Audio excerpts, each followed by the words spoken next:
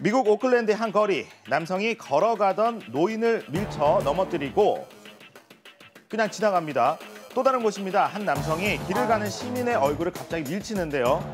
봉변을 당한 시민이 당황스러워하면서 뒤돌아서서 항의를 해보지만 아랑곳하지 않고 침까지 뱉습니다. 자, 이런 황당한 상황은 택시 안에서도 이어지는데요. 폭언을 쏟아내는 승객들. 자, 급기야 운전기사의 마스크를 잡아당기기까지 합니다. 대체 왜 이러는 걸까요? 이 승객에게 마스크 착용을 요구했기 때문이라는데요. 이렇게 던지고 또 밀치고 훔치기까지 이런 사건들은 최근 미국에서 빈번하게 발생하고 있다는데요. 바로 아시아인을 향한 증오 범죄라고 합니다. 네. 코로나19가 중국에서 유래했다라고 하는 그 주장 때문에 중국인을 향한 그런 증오심이 그 다른 동양인에게도 확산되는 것이 직접적인 첫 번째 원인이고요. 코로나19라는 특수 상황에서 혐오의 감정이 표출된 건데요. 마트나 시장에 가면 아무 이유 없이 어깨를 툭 치고 가는 등, 또는 길을 걸으며 운동하고 있으면 차를 타고 지나가면서 침을 뱉으며 너네 나라로 돌아가라는 사람도 있었습니다.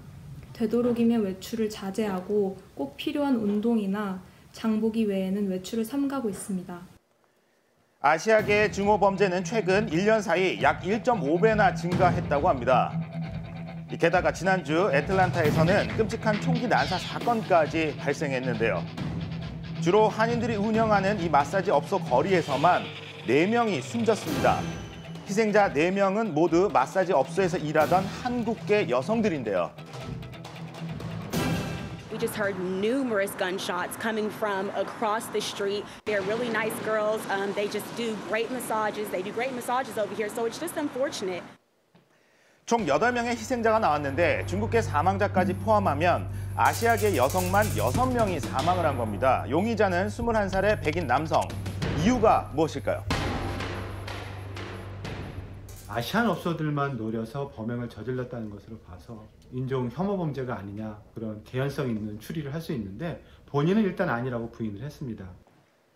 그런데 용의자 검거 후 논란이 된 경찰의 발언. Pretty much fed up and kind of at the end of his rope, and yesterday was a really bad day for him, and this is what he did. He has some issues, potentially sexual addiction, and may have frequented some of these places in the past. 현지 경찰이 용의자를 옹호하고 있다는 논란. 과거 이 용의자는 중국에 대한 혐오글을 SNS에 올리기도 했다는데요. 애틀란타 총격 사건을 계기로 아시아인 차별에 대한 한인들의 불안과 분노도 커져가고 있습니다.